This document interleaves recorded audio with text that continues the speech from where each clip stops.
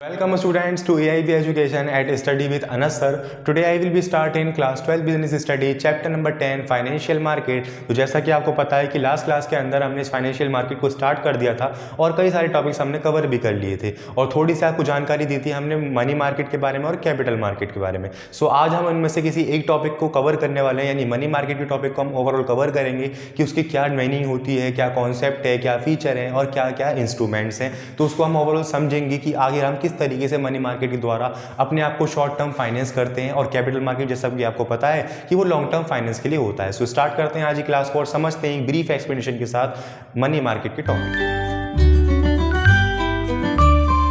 करते हैं आज की क्लास को और समझते हैं बहुत इजी वे में और ब्रीफ एक्सप्लेनेशन के साथ। तो जैसा कि आपको पता है कि लास्ट क्लास के अंदर हमने एक छोटा सा टॉपिक एंड के में स्टार्ट कर दिया था, यानी फाइनेंशियल मार्केट का। तो फाइनेंशियल मार्केट के अंदर बेसिकली दो चीज़ें होती हैं कि अपने बिजनेस को, अपनी मार्केट की वे को किस तरीके से फाइनेंस किया जाए। तो उसके दो मेथड होते हैं, short term finance and long term finance. अब इन दोनों के बेसिस पर ही क्या कर रखा है, दो कैटेगरी बना रखी है। जब हमें शॉर्ट टर्म फाइनेंस की नीड होती है तो हम मनी मार्केट की हेल्प लेते हैं और जब हमें लॉन्ग टर्म फाइनेंस की नीड होती है तो हम कैपिटल मार्केट की हेल्प लेते हैं।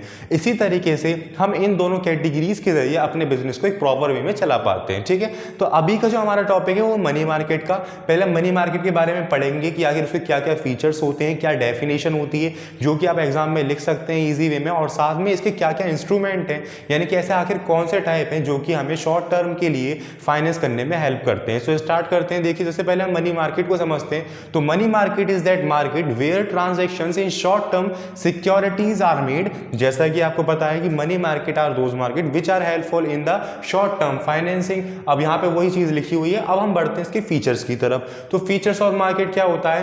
फीचर्स ऑफ मार्केट आप इसके इजी वे में ऐसे बना सकते हैं कि सबसे पहले आप मनी मार्केट याद रखिए कि हम शॉर्ट टर्म के लिए काम कर रहे हैं, तो dealing in short term funds, dealing in actively trade financial instrument. यानी कि यहाँ क्या रखा है कि डीलिंग हम करते हैं एक्टिवली ट्रेड, यानी काफी छोटे टर्म के लिए। इस टर्म के लिए हम यूज करते हैं कि अब फॉर एग्जांपल जब हम शॉर्ट टर्म के लिए यूज कर रहे हैं तो हमें टेम्परेरी तो यूज है उसका। जब हम टेम्परेरी वक्त के लिए, किसी भी टेम्परेरी सिचुएशन के लिए किसी भी फंड की हेल्प ले रहे हैं, किसी भी फंड का मतलब उसका यूज कर रहे हैं, तो बेसिकली हमारी मनी मार्केट में अगर ये हमें कुछ बातें पता है तो हम इसके फीचर्स अपने आप बना सकते हैं। जैसे कि यहाँ क्रिएट हो रखे हैं, बट ये तो सारे बुक के हैं। तो फर्स्ट आता है dealing in short term funds, dealing in actively trade financial instrument, having no physical location, यानी कि इसकी कोई फिजिकल लोकेशन नहीं होती, ज्यादातर ये इंटरनेट के द्वारा काम होता है, और meeting the temporary needs to the participation. जैसे कि मैंने अभी आपको बताया अभी थोड़ी देर पहले ही कि ये जब हम इसका यूज कर रहे हैं तो बेसिकली हमें टेम्पररी नीड तो है। शॉर्ट टर्म का मतलब क्या है, ज्यादातर 2-3-4 महीने, मगर हमें इसका लॉन्ग टर्म के लिए ये नीड ही नहीं है। तो हम ये नीड जो पड़ती टेम्पररी होती है, इसके बारे में आप लिख दीजिए। मेजर पार्टिसिपेंट, इसके सारे पांचों फीचर में से सबसे ज्यादा इंपॉर्टेंट फीचर यही है और मुझे लगा कि इससे क्वेश्चन बन भी सकता है कि जो हमारे मनी मार्केट है उसके अंदर मेजर पार्टिसिपेंट्स आखिर क्या होता है। तो वो ये है कि RBI, commercial bank, non banking financial companies and mutual funds, और भी बहुत सारे हो सकते हैं, मगर आप अगर ये कुछ याद रख लेंगे तो आप और खुद बना सकते हैं। तो ये स्टूडेंट्स में इन पर जोर इसलिए दे रहा हूँ क्योंकि अभी जो मिड टर्म का 12th का एग्जाम हुआ है तो उसमें इकोनॉमिक्स का पेपर के अंदर एक क्वेश्चन आया था, अगर आपने देखा भी होगा, एक्सटर्नलिटीज। तो इसका मतलब क्या है? एक्सटर्नलिटीज का मतलब ये है कि बेसिकली बहुत सारे पॉइंट थे, हमारे टॉपिक था, तो उस टॉपिक का एक किस तरीके का फीचर था वो, और उसी के बेस पर एक 3 से 4 नंबर का पूरा क्वेश्चन पूछ लिया कि आप इसका मतलब बता दीजिए। अगर जिन स्टूडेंट्स ने ये सब चीजें पढ़ी होंगी, माइंड में रखा होगा, तो वो तो कर आ गए होंगे, अदरवाइज नहीं कर पाए होंगे। इसीलिए आपको इन पॉइंट्सों पर भी ज्यादा ध्यान देना है। कुछ पता नहीं है कि इन पॉइंट्स में सिर्फ और सिर्फ किसी एक का ही मतलब पूछ ले। इसीलिए स्टूडेंट्स अब हम बात करेंगे मनी मार्केट के इंस्ट्रूमेंट्स की, जो कि 5 इंस्ट्रूमेंट हमें यहाँ बता रखे हैं बुक में। तो फर्स्ट इंस्ट्रूमेंट आता है आपके पास ट्रेजरी बिल। तो ट्रेजरी बिल आखिर क्या है? तो देखिए, they are issued RBI on behalf of the central government to meet its short term requirement of funds। ठीक है, ये इशू करता है आरबीआई किसके बिहाफ पर? सेंट्रल गवर्नमेंट के हिसाब से, सेंट्रल गवर्नमेंट के बिहाफ पर जब उनको मीट होती है शॉर्ट टर्म की। They are known as zero coupon bonds, ये आपको याद रखना है, इसको हम जीरो कूपन बॉन्ड्स के नाम से भी जानते हैं। They are issued in the form of promissory notes. ठीक है, कोई भी ऐसा मतलब पूरी कार्रवाई वगैरह नहीं होती। They are issued in the form of promissory. हम बात करते हैं इसके एग्जाम्पल की, ट्रेजरी बिल की। तो देखिए, समझिएगा ध्यान से काफी। तो ट्रेजरी बिल का हमारी जो फेस वैल्यू है 1 लाख की है। ठीक है, फेस वैल्यू 1 लाख की है। For a period of 91 days is issued 95,000। 95 days के पीरियड के लिए 95,000 इशूड किए। इसका मतलब क्या हुआ, जब हमने 95,000 ही इशू किए हैं तो क्रिएटर हमें कितने रुपए देगा, 95,000 ही देगा। And will get 1 lakh after 91 days, और उसको कितने मिल जाएंगे, 1 लाख, क्योंकि उसकी फेस वैल्यू क्या है, 1 लाख की है। यहां तक समझ में आया। इसका मतलब क्या हुआ, जो बाकी के 5,000 रुपए हैं, this way 5,000 will be in the form of discount rate, वो किसकी फॉर्म में चले जाएंगे, वो 5,000 जो है वो डिस्काउंट रेट की, ये डिस्काउंट और इंटरेस्ट की फॉर्म में चले जाएंगे। एक बार दोबारा समझा देता हूं, हो सकता है आप कंफ्यूज हो इसमें। हमारे पास एक ट्रेजरी बिल है जिसकी फेस वैल्यू 1 लाख की है, और for a period of 91 days के लिए इशू कर दिया ना 95,000 का। जिसका मतलब क्या हुआ, क्रेडिटर जो पे करेगा वो 95,000 ही पे करेगा, बट उसको जो मिलेंगे वो 1 लाख मिलेंगे आफ्टर 91 डेज। इसका मतलब क्या हुआ, जो बीच का डिफरेंस है 5,000 का, will be in the form of discount और इंटरेस्ट। तो आपको सिर्फ ये थोड़ा थोड़ा समझ लेना है, इसका इतना इंपॉर्टेंट क्वेश्चन बनेगा नहीं।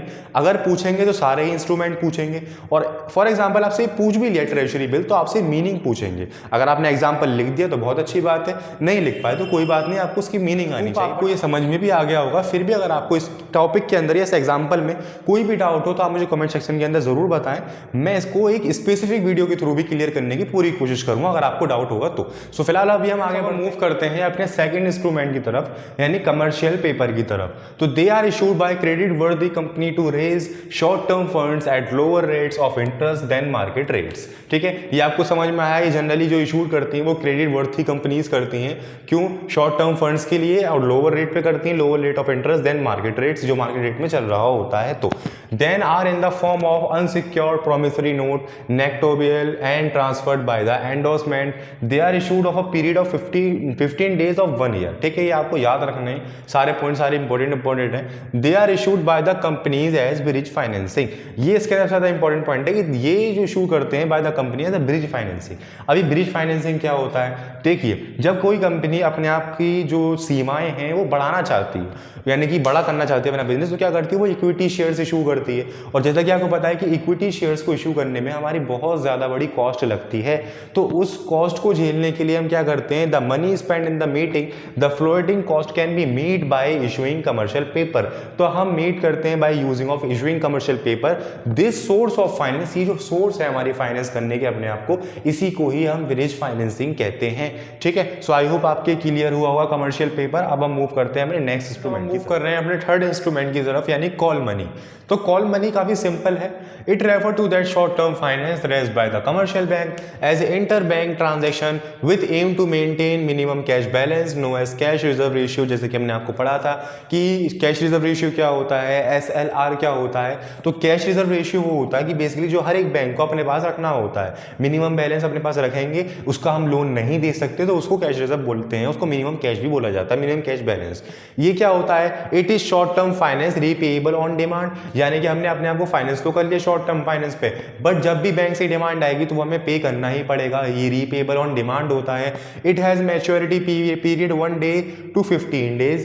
It is a highly flexible rates that varies from day to day and sometime even hour to hour. यानी कि इसका जो रेट होता है वो काफी ज्यादा फ्लेक्सिबल होता है, ये दिन ब दिन बदलता रहता है, और कभी कभार तो सिचुएशन आ जाती है घंटों में ही बदल जाते हैं। ऐसा अभी हमने 10% रेट पे अपना लोन लिया है और 1 घंटे बाद 5% रेट पे हो गया, तो इतना बड़ा डिफरेंस तो खैर आता नहीं है, बट फिर भी यहाँ बता रखा है कि ये फ्लेक्सिबल होता है। ठीक है, तो इसके अंदर कई सारे पॉइंट ऐसे हैं जो कि हमने इकोनॉमी में पढ़ रखे हैं। अगर आपने इकोनॉमी का मैक्रो इकोनॉमिक्स के फर्स्ट या सेकंड चैप्टर में ज्यादा गौर दिया होगा, 3 चौथे बैंकिंग वाले चैप्टर पे, तो आप ये इजी वे में समझ पाए होंगे अगर आप नई बुक से पढ़ा होगा। इजी नए वाली बुक में हाँ 5वां 6वां चैप्टर है। ठीक है, तो ये call money so I hope आपके समझ में आया होगा। एक बार दोबारा बता देता हूँ कि कॉल मनी बेसिकली हम शॉर्ट टर्म के लिए अपने आप को फाइनेंस तो कर रहे हैं, बट हम उसको रीपेएबल कब करना है, जब बैंक डिमांड कर दे। उसका मैच्योरिटी पीरियड है 1 day to 15 days एंड इसका जो फ्लेक्सिबल रेट, उसका जो रेट होता है वो काफी ज्यादा फ्लेक्सिबल होता है, जो कि दिन ब दिन और घंटे टू घंटे में ही बदल जाता है। हमारे पास फोर्थ इंस्ट्रूमेंट ये आता है कि सर्टिफिकेट ऑफ डिपॉजिट, यानी कि CD।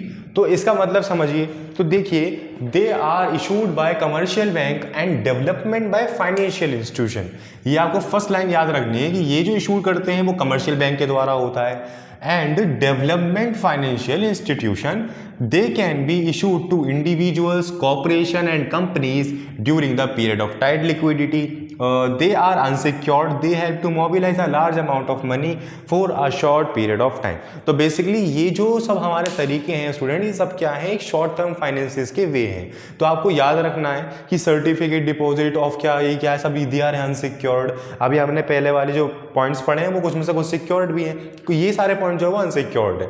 एक कॉल मनी भी हमारी अनसिक्योर्ड है. मान लो हमसे कहीं भी कॉल करके मांग ली, हम ना दे पाए तो फिर तो वो ज़्यादा हाई इंटरेस्ट पे कर मांगेंगे या फिर किसी भी कुछ भी तरीके से हो सकता है अपने कार्रवाई करेंगे. तो यहाँ पे भी वही बात हो रही सर्टिफिकेट ऑफ डिपॉजिट में. They are issued by commercial bank and development of financial institution और they can be issued to individual, corporation and companies during the period of tight liquidity. याद रखना है आपको.